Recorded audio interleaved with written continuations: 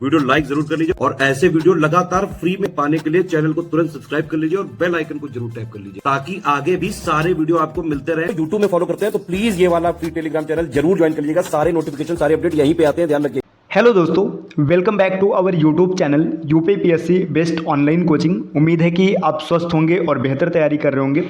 Friends, आज की इस क्लास में हम लोग हिस्ट्री के एक बहुत ही महत्वपूर्ण बिंदु 1857 के क्रांति के प्रमुख कारणों की चर्चा करेंगे। इससे पहले की क्लास में हम लोगों ने देखा था 1857 की क्रांति का स्रोत क्या है, कहाँ से इसके बारे में पता चलता है, इसकी पृष्ठभूमि क्या रही थी। अगर आपने वो वीडियो नहीं देखा है तो प्लेलिस्ट में जाकर जरूर देखिएगा। फ्रेंड्स, यह क्लास यूपीपीसीएस 2024 के अतिरिक्त सभी प्रकार के स्टेट पीसीएस एग्जाम और वनडे एग्जाम के लिए समान रूप से उपयोगी है।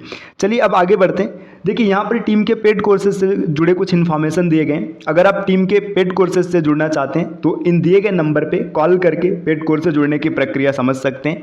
ये ज्ञान सर का व्हाट्सअप नंबर है, आप यहाँ से व्हाट्सअप के माध्यम से भी जानकारी प्राप्त कर सकते हैं। अगर अभी तक आपने टेलीग्राम पर हमें @study for civil services search करके फॉलो नहीं किया तो ज़रूर कीजिएगा, क्योंकि जितने भी प्रकार के नोटिफिकेशन और अपडेट हैं सब आपको टेलीग्राम के माध्यम से मिलेंगे। प्ले स्टोर से स्टडी फॉर सिविल सर्विसेज का एप्लीकेशन ज़रूर इंस्टॉल कीजिएगा, क्योंकि यहाँ से आप टीम के पेड कोर्सेज से भी आसानी से जुड़ सकते हैं, टेस्ट सीरीज परचेज कर सकते हैं, जितने फ्री इनिशिएटिव्स हैं आप उनको भी फॉलो कर सकते हैं। चलिए दोस्तों, अब बढ़ते हैं अपने आगे क्लास की ओर। देखिए, यहाँ पर डेटा दिया गया 1857 क्रांति के कारण, मतलब जो 1857 में प्रथम स्वतंत्रता संग्राम हुआ था, इसके कारणों की बात करेंगे। कौन कौन से ऐसे कारण थे जो इस क्रांति को भड़काने में सहायता करते हैं। तो देखिए, यहाँ पर कुछ कारणों का नाम लिखा गया। सबसे पहले हम ये समझेंगे कि ये कारण एक झटके में उत्पन्न नहीं होते। 1857 के क्रांति के अगर कारणों की बात करेंगे तो आप इसे दो भागों में विभाजित कर सकते हैं। कुछ ऐसे थे जो दीर्घकालिक कारण थे। दीर्घकालिक मतलब ये काम बहुत पहले ही किए गए थे, उसका प्रभाव धीरे धीरे पड़ता गया और लास्ट में ये विद्रोह के रूप में सामने आया। और कुछ तात्कालिक कारण थे। तो यहाँ पे हम लोग एक एक कारणों की चर्चा करेंगे विस्तार से और समझेंगे कि ऐसे कौन कौन से कारण थे जिससे 1857 की क्रांति भड़की। देखिए, सबसे पहले तो बात करेंगे राजनीतिक व प्रशासनिक कारण। देखिए, ब्रिटिशर्स के द्वारा राजनीति में किया गया हस्तक्षेप या फिर प्रशासन में किया गया हस्तक्षेप, उन्होंने जितने भी प्रकार के हस्तक्षेप किए थे एक तरीके से उसका प्रयोग किया गया था भारत की जनता का शोषण करने के लिए, भारत के धन को विदेश ले जाने के लिए, जिससे धीरे धीरे अराजकता उत्पन्न होती है, जनता असंतुष्ट होती है, फिर अन्य वर्ग भी असंतुष्ट होते हैं और क्रांति सामने आती है। अब देखिए, इसके बाद धार्मिक व सामाजिक कारण की बात करेंगे तो धार्मिक व सामाजिक स्तर पर भी उनका परिदृश्य कुछ ऐसा था कि वो ईसाई धर्म को सपोर्ट कर रहे थे, ईसाई धर्म को बढ़ावा दे रहे थे और अन्य सभी धर्मों को, चाहे इस्लाम हो, हिंदुइज्म हो या जितने भी धर्म थे, उनको नीचे दिखाने की कोशिश कर रहे थे, जिससे धार्मिक स्तर पर भी भावनाएं आहत होती हैं और विद्रोह का एक प्रमुख कारण बनता है। आर्थिक कारण, अब देखिए आर्थिक कारण किसी से छिपी नहीं है। जो ब्रिटिश कंपनी आई थी, ब्रिटिश ईस्ट इंडिया कंपनी, उसका मूल उद्देश्य ही था भारत से अधिक मात्रा में धन लेकर के विदेश जाना।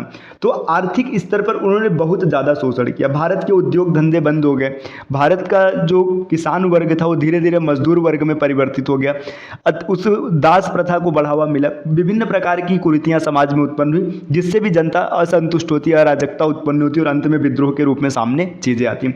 सैनिक कारण की बात करेंगे, सैनिकों में भी भेदभाव था। देखिए, जो ब्रिटिशर्स थे उन्हें समान पद पर अधिक वेतन मिलता था, उनकी पदोन्नति जल्दी होती थी, उनकी भर्ती प्रक्रिया आसान थी, जबकि भारतीयों के लिए यह प्रक्रिया काफी कठिन थी।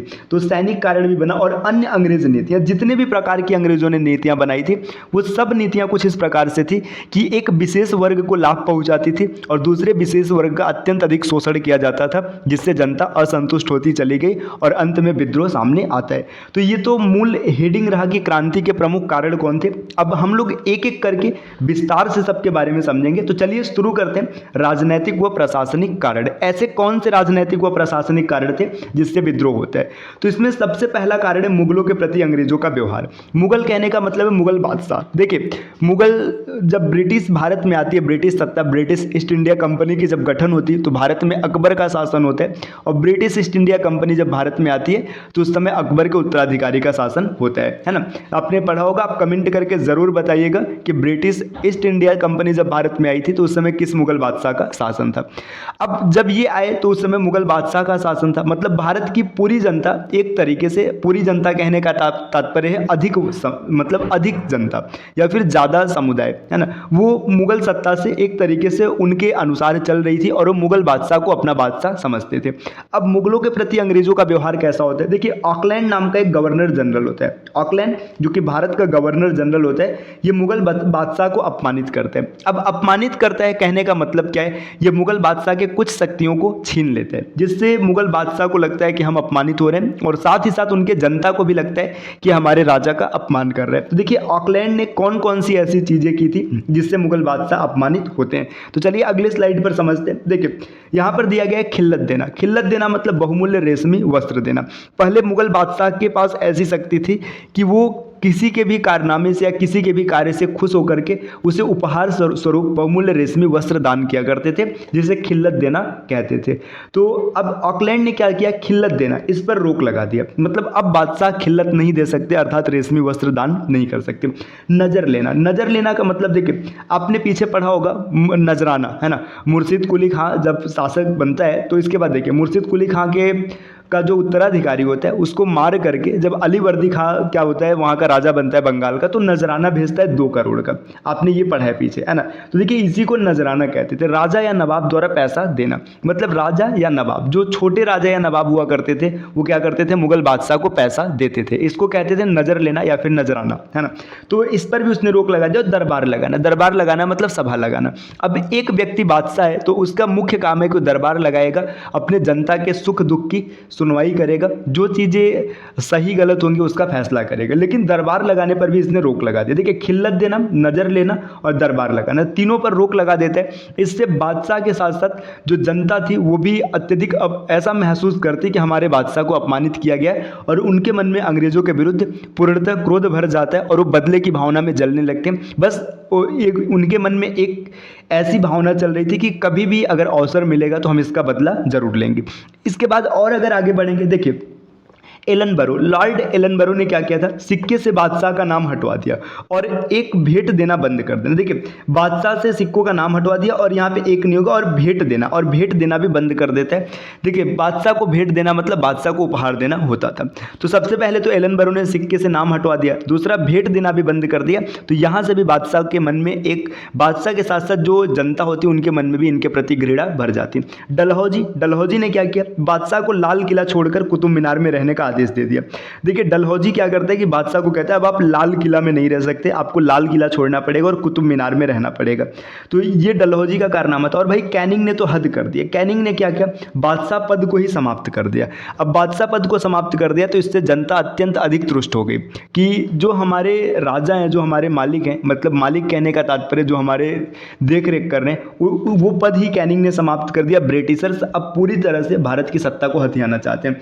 तो ये मुगल के प्रति अंग्रेजों के द्वारा किए गए व्यवहार थे, जिससे जनता अत्यंत अधिक असंतुष्ट हो जाती है।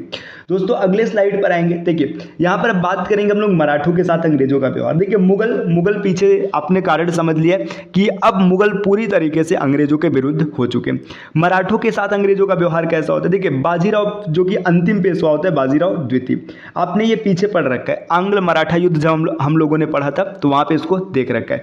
देखिए बाजीराव द्वितीय अंतिम पेशवा होते हैं, है ना। अब अंतिम पेशवा के साथ क्या होता है, जब तृतीय आंग्ल मराठा युद्ध समाप्त होता है तो बाजीराव द्वितीय को क्या किया जाता है कि वार्षिक पेंशन पर 8 लाख रुपए की पेंशन देते हुए कानपुर के बिठूर मतलब ये कानपुर में एक शहर है, कानपुर में उन्हें निर्वासित कर दिया जाता है। अब सोचिए इन्हें पूना से कानपुर भेज दिया जाता है ताकि इनका किसी भी प्रकार से संबंध ना रह जाए जनता से और ये अपने सेना का निर्माण ना कर सके। पेंशन के तौर पर मतलब इन्हें पेंशन दिया जाता है और बिठूर भेज दिया जाता है। फिर आगे क्या होता है, 1853 में मृत्यु हो जाती है बाजीराव द्वितीय की। ये आपने पीछे पढ़ रखा है। बाजीराव द्वितीय की जब मृत्यु होती तो इनका कोई पुत्र नहीं होता, इन्होंने दत्तक पुत्र अर्थात गोद लिया था नाना साहेब को। नाना साहेब का वास्तविक नाम धोंदू पंत था, इसको याद रखिएगा, धोंदू पंत। ये कई बार क्वेश्चन पूछ लेते हैं वनडे एग्जाम में कि नाना साहेब का वास्तविक नाम क्या था या धोंदू पंत किसका वास्तविक नाम था। तो नाना साहेब को इन्होंने गोद लिया था। अब देखिए क्या होता है, अब यहाँ पे राज्य हड़प नीति चल रही होती है, जो डलहौजी की राज्य हड़प नीति थी, है ना। अब इस नीति के तहत क्या होता है, इस नीति के तहत ये फैसला लिया जाता है कि धुंधुपंत अर्थात नाना साहेब को पेशवा नहीं माना जाएगा और न ही इन्हें पेंशन दिया जाएगा। तो देखिए सीधी सी बात है, मराठों के साथ इन्होंने क्या किया, धुंधुपंत को इन्होंने न तो पेशवा माना और न ही पेंशन देना जारी रखा। अब डलहौजी यहाँ पे लिखा भी कि डलहौजी पेशवा नहीं मानता और पेंशन भी नहीं देता है। जब पेंशन नहीं देता है तो मराठे यहाँ से पूरी तरह से असंतुष्ट हो जाते हैं, क्योंकि इनके राजा के साथ अन्याय किया गया होता है। इसी प्रकार और आगे बढ़ेंगे, नेक्स्ट अगले स्लाइड पर क्या है, अवध के साथ अंग्रेजों का व्यवहार। अब अवध के साथ अंग्रेजों के व्यवहार, अगर अवध की बात करेंगे तो ऐसे मान के चलेगा कि जो अवध है ना, ये अंग्रेजों का पुराना साथी रहा था। पुराना साथी मतलब जब बक्सर का युद्ध हुआ था, बस बक्सर का युद्ध हुआ था 1764 में। 1764 में बक्सर के युद्ध में भी अवध ने क्या किया था, अंग्रेजों का साथ दिया था, है ना। इसके बाद प्रत्येक जितने भी छोटे मोटे युद्ध हुए थे, अवध ने पूरी तरीके से अंग्रेजों का साथ दिया था, है ना। 1801 में इन्होंने सहायक संधि भी की हुई थी, समझिए 1764 में बक्सर के युद्ध में इनके साथ है, 1801 में सहायक संधि को स्वीकार करते हैं, अर्थात अवध पूरी तरीके से अंग्रेजों का साथ दे रहा है। लेकिन क्या होता है कि जो अंग्रेज थे वो अपने फायदे के लिए अवध के साथ भी गद्दारी करते हैं। इन्होंने क्या किया, 1856 में वाजिद अली शाह की बात करेंगे तो ये अंतिम नवाब होते हैं अवध की। इनकी मृत्यु हो जाती है, जब इनकी मृत्यु होती है तो इनके मृत्यु के पश्चात क्या होते हैं, इनकी पत्नी होती है बेगम हजरत महल और इनका एक पुत्र होता है, मतलब इनके पुत्र का नाम यहाँ पर नहीं दिया गया। तो इनकी पत्नी और इनके पुत्र को क्या करते हैं, प्रशासक नहीं मानते। प्रशासक नहीं मानते अर्थात क्या करते हैं, ये कहते हैं कि आप लोग को शासन चलाने के योग्य नहीं, और कुशासन का आरोप लगा करके अवध को भी हड़प लेते हैं। देखिए जो एकदम पुराना साथी रहा था उसको भी ये नहीं छोड़ते हैं, इसे हड़प लेते हैं और अवध को क्षेत्र का कमिश्नरी क्षेत्र घोषित कर देते। तो ये भी याद रखिएगा, अवध को कमिश्नरी क्षेत्र घोषित किया जाता है और इसका पहला कमिश्नर बनाया जाता है हेनरी लॉरेंस को। अगर ये क्वेश्चन पूछे कि अवध का पहला कमिश्नर कौन बना था, तो हेनरी लॉरेंस बने थे। अब यहाँ से देखिए अवध की जनता पूरी तरीके से असंतुष्ट हो जाती है कि हमारे राजा ने इतने वर्षों से ब्रिटिशर्स का साथ दिया था, लेकिन आज ये हमारे साथ अन्याय कर रहे हैं, अर्थात ये हमारे राजा को राजा मानने से इनकार कर रहे हैं। तो यहाँ से क्या होता है कि यहाँ से जो अवध की जनता है ये भी अंग्रेजों के विरुद्ध आ जाती है। इसके बाद दोस्तों और अगर आगे बढ़ेंगे, देखिए अन्य और कारण की अगर बात करेंगे, सहायक संधि। सहायक संधि, अब वेलेजली की सहायक संधि आपने पीछे एकदम विस्तार से पढ़ रखा है, सहायक संधि क्या होता है, कैसे होता है ना। सहायक संधि सबसे पहले कौन करता है, अगर बात किया जाए सबसे पहले हैदराबाद के निजाम क्या करते हैं, सहायक संधि पर हस्ताक्षर करते हैं, ये सहायक संधि स्वीकार करते हैं। इसके बाद अंग्रेज क्या करते हैं, मैसूर को हड़प लेते हैं, है ना। मैसूर के बाद और चीज़ें चलती रहती हैं, धीरे धीरे क्या करते हैं कि ये कुल मिला जुला करके देखेंगे, पेशवा हो गए, सिंधिया हो गए, अवध हो गया, इसके बाद तंजौर हो गया, भोसले हो गए, सब सहायक संधि कर करके अंग्रेजों के साथ मिल गए थे अर्थात अपने इच्छा थी तो भी मिले और जिसकी इच्छा नहीं थी उसे अंग्रेजों ने जबरदस्ती मिला लिए थे। जैसे मैसूर की बात करेंगे, मैसूर में जब आंग्ल मैसूर चतुर्थ युद्ध होता है, उसके बाद टीपू सुल्तान की मृत्यु होती है और मृत्यु के बाद वहाँ पे अडयार वंश के छोटे से बालक को राजा बना करके उससे सहायक संधि पर हस्ताक्षर करवा लिया जाता है। तो ये सहायक संधि से भी कुछ राजाओं के मन में या फिर कुछ जनता के मन में बहुत ज़्यादा असंतोष भर गया था। इसके बाद राज्य हड़प नीति की बात करेंगे, डलहौजी की राज्य हड़प नीति कौन बोल सकता है भाई, ये सबसे पहले सतारा को हड़पते हैं, सतारा महाराष्ट्र जो होता है इसको हड़पते हैं।